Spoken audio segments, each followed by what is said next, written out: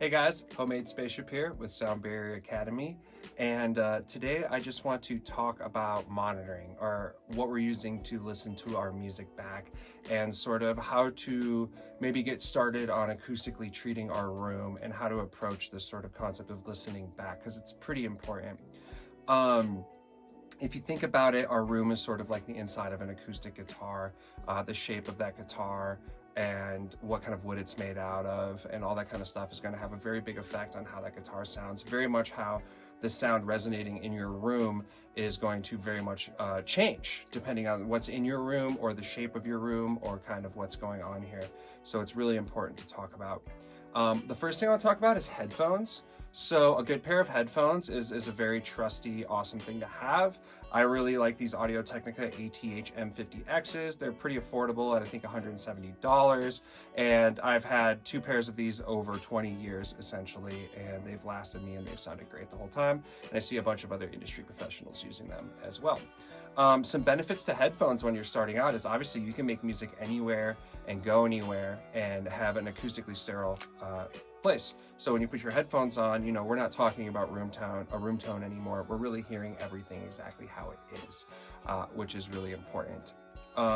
Good pair of studio headphones is important because we want to make sure that they're not boosted in the bass or sculpted in a way that's not honest. We want honest reflection of what our music is doing. So studio headphones are going to give us that.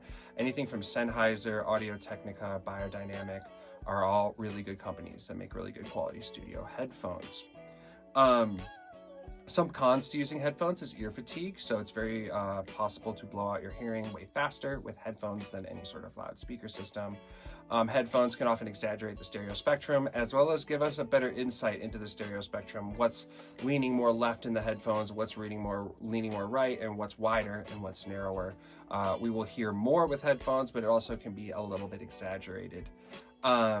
So there's that. When it comes to your room, it's really important that we set our studio monitors up. Generally, we want them 3 feet off the wall. My room doesn't allow for that. We're all doing the best we can, right? But we do want to be within an equilateral triangle of our speakers. So however far apart they are, we want to be that distance from each pointing directly at us. We want to be at the tip of the equilateral triangle right there.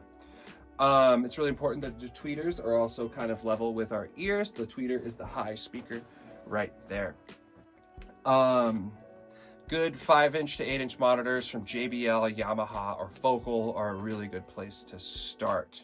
8-inch monitors, you probably would not need a sub. 5-inch monitors, you can always think about adding a sub after, or maybe later down the road, right? When it comes to acoustically treating our room, my mentality for you when you're starting off is just to put as much big fluffy stuff or whatever you can in your room. Futons, couches, if you have an extra mattress, lean it up against the wall. In my studio, I have lots of sound blankets. I highly recommend sound blankets. They're affordable and they suck up a lot of sound. And I have old couch cushions from an old couch stacked behind sound blankets. You want to prioritize filling up your corners as well. That's where the bass is going to trap and resonate. If you have a hardwood floor, you don't have carpet, you want to think about getting a rug, a thicker, bigger rug. Maybe go get spare carpet from a carpet store and try to put it down there. That's going to really suck up a lot. And as soon as you can, you're going to want to treat your ceiling. Just hanging any sort of sound foam from the ceiling or a sound blanket from the ceiling is going to stop a lot of those reflections and give you a much more honest perspective of your room. Which is really good. So as much junk as you can. Thin sound foam doesn't do as much as we hope it would. So thin sound foam, not that good. Better off with blankets and just anything of thickness that we can kind of put in the corners, on the side walls, and on the ceiling. Make sure we have some sort of carpeting or rug below us as well. The last thing I'd really like to talk about when it comes to listening back or monitoring in our stuff is that we really want to use as many sources as possible when starting out. We don't always have the best monitoring systems and the best headphones. We don't have multiple monitoring systems or anything like that generally. So what we really want to do is listen to as many things as possible. With our studio headphones, our studio monitors, We want to listen on our MacBook speakers, off our iPhone, off our AirPods, off our Skull Candy headphones, or whatever we have. Our car is another big one. So when you're starting off, it's really important to check your mix on just as many different speaker systems as you can get your hands on, whether they are prosumer or professional level or just consumer level monitor systems or speaker systems. We're going to want to just listen back on as many of those as possible is my best advice to you as we're getting started making music. So cool. Fill up your room with as much junk as possible. Headphones are great. Just remember to bounce around to a lot of different monitoring systems and don't blow out your ears with your headphones. So I hope you guys have a good time making music. I will talk to you soon.